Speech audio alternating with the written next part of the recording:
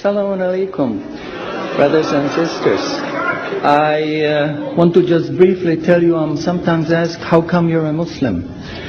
And I tell them, well, God showed me that I'm a Muslim.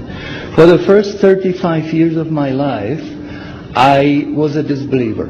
I knew there is no God, I didn't see any need for God, and I didn't believe in God. But ever since I was small, I was interested in science. And as my knowledge of science grew, 25 years ago, in basically a flash, I came to the conclusion that the universe is so perfectly made and everything so perfectly matches together that there must be God. So in 1 second I went from certainty there is no God to certainty there must be God and only one God.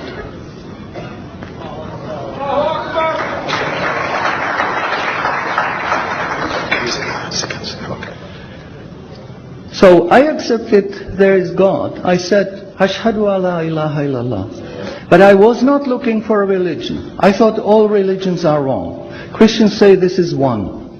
The Jews said, Jews are chosen people, and if you're not Jew, you're not chosen. And about Islam, I only had negative information. But I didn't want to stay ignorant about religions. So I said, okay, I read Bible. And I saw in the Bible there are places which you know come from God. You feel it in your heart. But you see there are places which come from man. Because this page says something that is opposite to the thing that was said a few pages ago. So I knew that Bible was written by man many years after the prophets. And I bought a Quran, English translation of the Quran. And when I started reading it with the same idea that just like Bible, it was written by man. Only in this case we know the name of the man, Muhammad.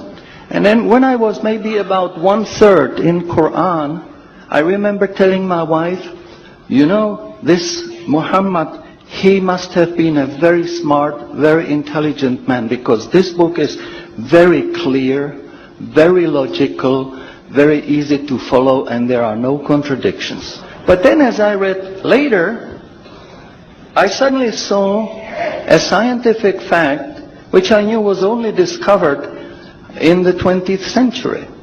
So immediately I saw that Muhammad is not the author of the Quran. That Muhammad is a messenger sent by God to give the Quran to mankind. I saw, mashallah, Muhammad Rasulullah. So I said, mashallah, I'm a Muslim. And people ask me, well, how did you react? You said you heard bad things about Muslims, you didn't know anything about Islam. How did you react? Did you want to be Muslim? And I said, I had no choice. Because when I was born, I was a baby. I didn't know I'm different from my mother. Then a little bit later, I knew my mother is somebody else, and when she's gone, I cried because I was afraid she's gone. But I still didn't know what I am. And then one day I suddenly start, mashallah, I'm a boy.